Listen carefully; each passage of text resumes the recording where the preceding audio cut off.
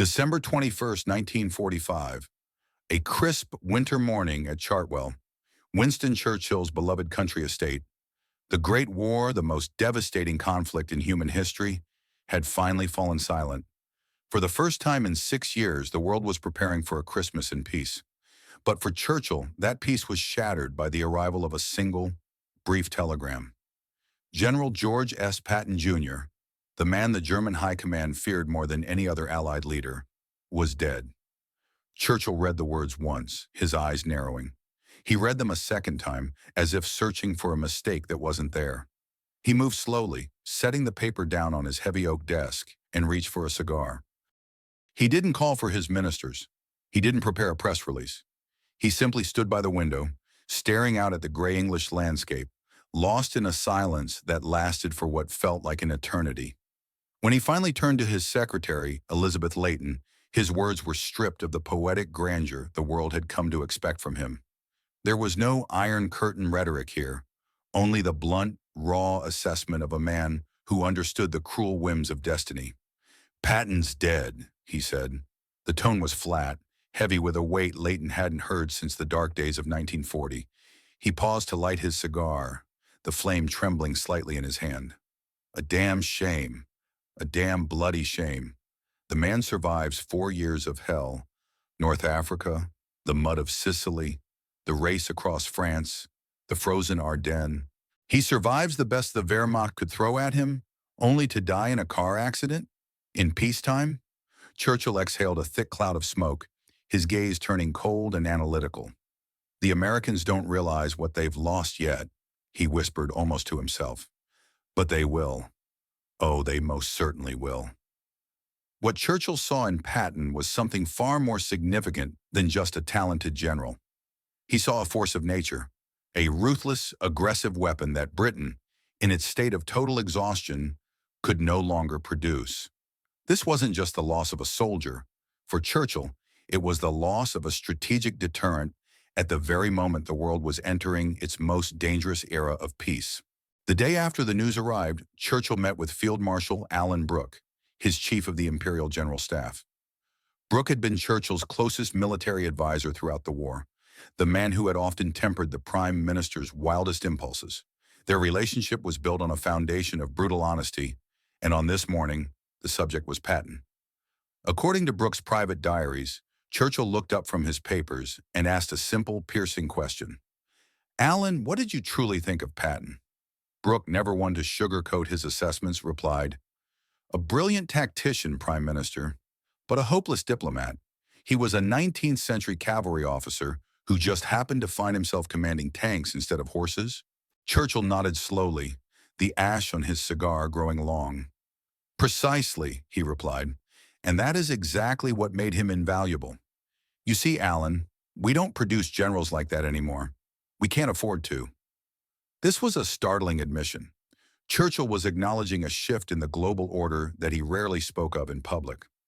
By 1945, Britain was a victor, but a battered one.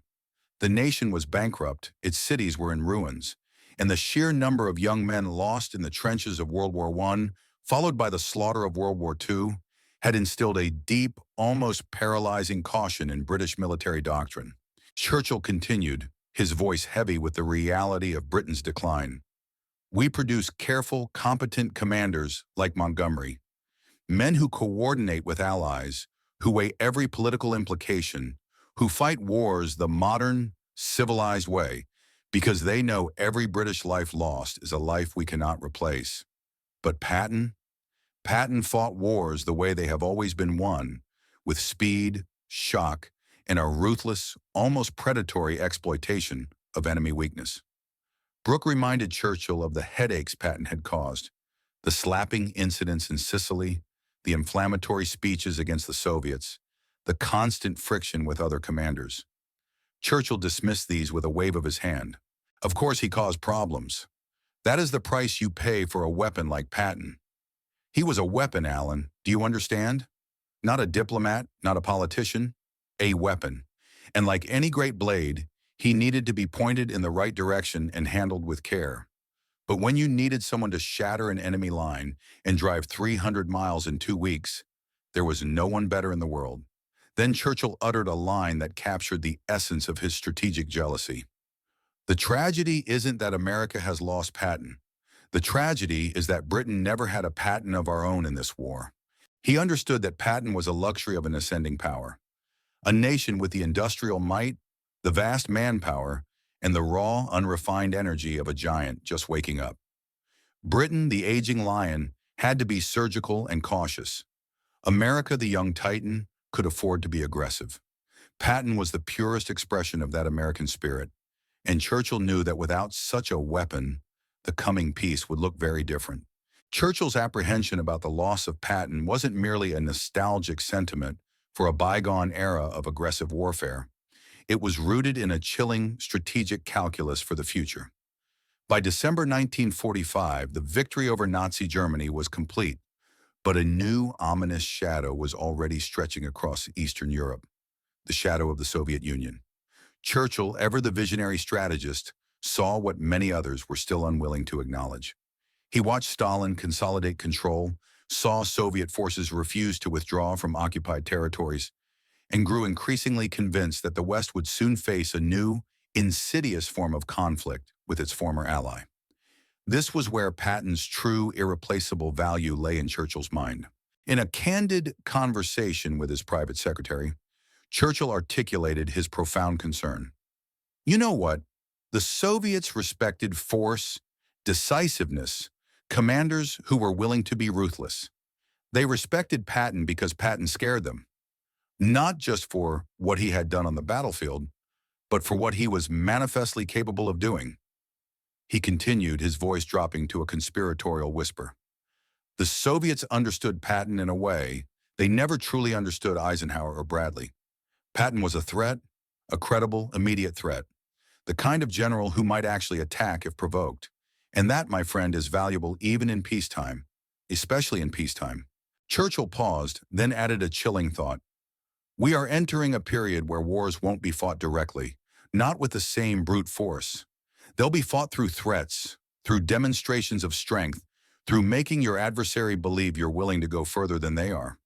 Patton was the perfect weapon for that kind of war. His mere existence was a deterrent.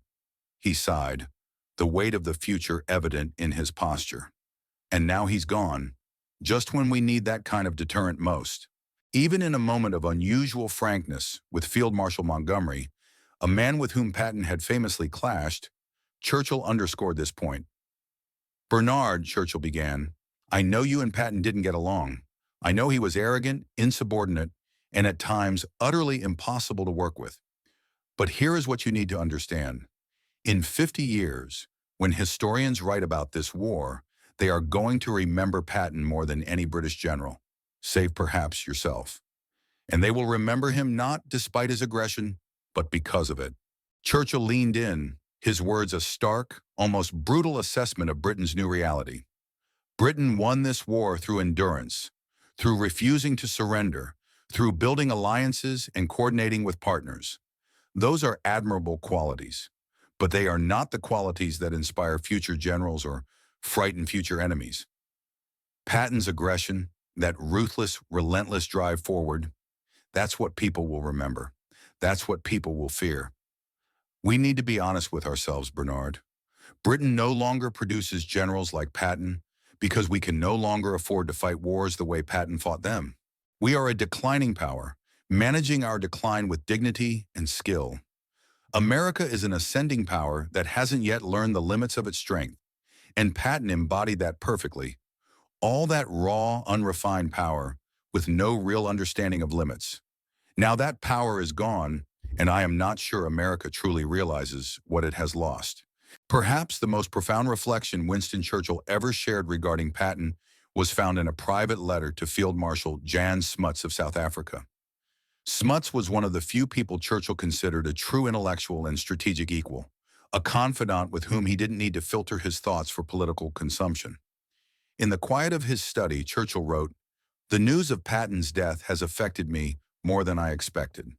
Not because I knew the man well, our actual interactions were limited, but because I recognized what he represented. He was a type of military leadership that history rarely produces, and that the modern world increasingly finds uncomfortable. Churchill was pointing to a shift in the very nature of human conflict. He saw that the world was moving away from the era of the great captains, the flamboyant, risk-taking warriors, and toward the era of the managerial general. Patton was unsuited for peacetime, Churchill continued in his letter. He was politically tone-deaf and constitutionally incapable of the kind of diplomatic nuance that peacetime requires. But in war, he was magnificent. He understood something most modern generals have forgotten, that wars are won not by the careful accumulation of advantages, but by the sudden, overwhelming application of force at decisive moments. Churchill's conclusion was hauntingly prophetic. The Americans will miss him, though they may not realize it yet. They will look for another Patton and will not find one. That moment has passed. We have lost a warrior in an age that will increasingly be managed by administrators. I fear we will miss such warriors sooner than we think. As the Cold War began to freeze the map of Europe, Churchill carried this realization with him. He had watched Patton race across France, relieve Bastogne against all odds, and cross the Rhine with a speed that left the enemy paralyzed. To Churchill, Patton wasn't just a general. He was a deterrent, a living threat that made adversaries think twice before pushing too hard against the West. Without Patton, the post-war balance of power had shifted subtly but significantly. History would ultimately prove Churchill right.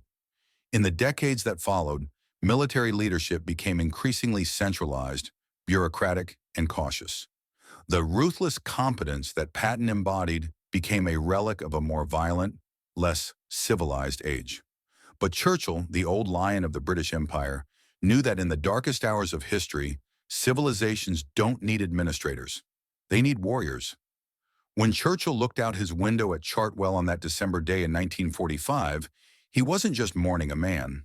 He was mourning the end of an era where one man's indomitable will and aggressive spirit could change the fate of nations.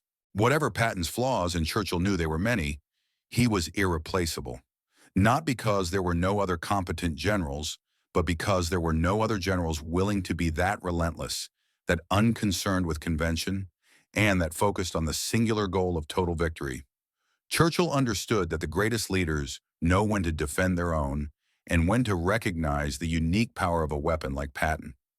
If this story changed the way you see these two giants of history, hit that like button and let us know in the comments.